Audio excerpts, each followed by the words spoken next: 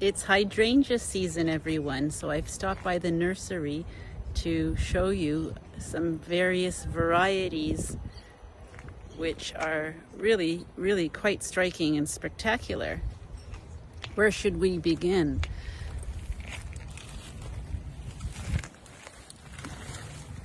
We have something called Hydrangea Macro Magical Crimson. And this is actually a raspberry colored, leaning towards pink, but very red. What do you think of this one?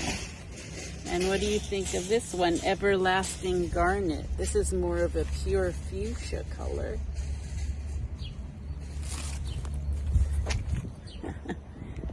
And then we have here Hydrangea Macrophylla Blushing Bride.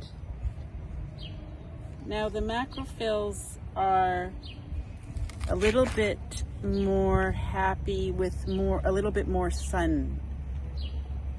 They don't like to be in a baking hot sun, so morning and sun is best,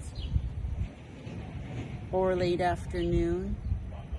But they still, in order to bloom, require a few hours of sun every day, good sun. Let's see which other colors capture my eye that I find attractive. This one here is the Hydrangea serrata Let's Dance Ariba. Let's Dance Ariba also.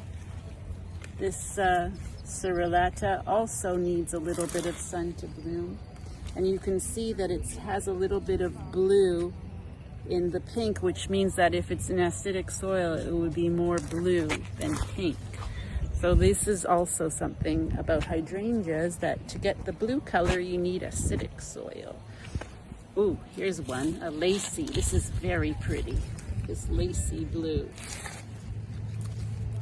And this is a macro, Let's Dance. I also find that it's better in the colder climates in southern Ontario to mulch these very well for the winter. They aren't as hardy as the Annabelle hydrangeas. And I stick with Annabelles most of the time. I rarely use the macro hydrangeas, to be honest. Hydrangea macro bloomstruck, although they are quite beautiful, in a protected spot, let's say in a south-facing house near the wall, where it might get a little bit of shade from some taller plants around it, but it's still protected because it's a warmer place. It would probably do very well close to the house, protected from the wind and all that. Oh, this one, obviously somebody has put a lot of sulfur in the soil here to make this a bright blue. This is Macro Pop Star Endless. It's a little bit of acrid for me, my taste. And here, look at this beautiful, this one I like very much. This one is the Macro All Summer Beauty. This one I really find to be quite lovely. A little bit of a peachy pink. And it goes on and on and on. There are so many. This one's quite nice. Sort of a mauvey pink.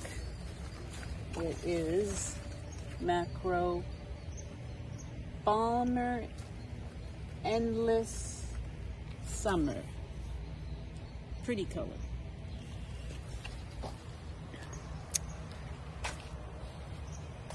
And let's see what other colors we find here that are quite lovely. This one is nice also. A lavender, gorgeous. Let's Dance Can Do. This is a Hydrangea Macro Let's Dance Can Do. Oh, and this is kind of nice. A delicate pink-white combo here. Wee Bit Innocent. Nice. Cute name too. And then you have the lacy blue macro PIIHMPPAF. Twist and Shout. I like the softer colors personally, but this purple is not bad. This is for the people who love color. This is Hydrangea serrata Tough Stuff Top. That's kind of neat. And this one has a delicateness to it, which I find not interesting. See this beautiful softness? This is Tough Stuff Aha. Interesting. Here's one that's more flowerful. That's interesting. I like that very much. Okay, so we covered the macros that I find quite nice. This one. This one is not bad. I like this one. It's a softer blue. This is okay. And this one is called Let's Dance Sky View. And that is also a macro. And that's good. I like the softer ones. I'm not so crazy about the bright colors, but there are people who just want to have beautiful bright colors. So we have to honor that.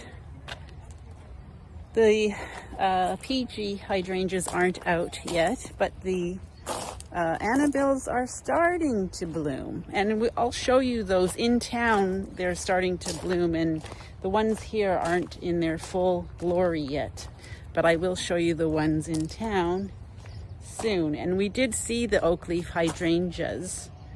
I have some clips on that, so you can check those out. And that's the hydrangeas for us today. Have a wonderful day. Here's a beautiful example of the oak leaf hydrangea. Aren't they gorgeous?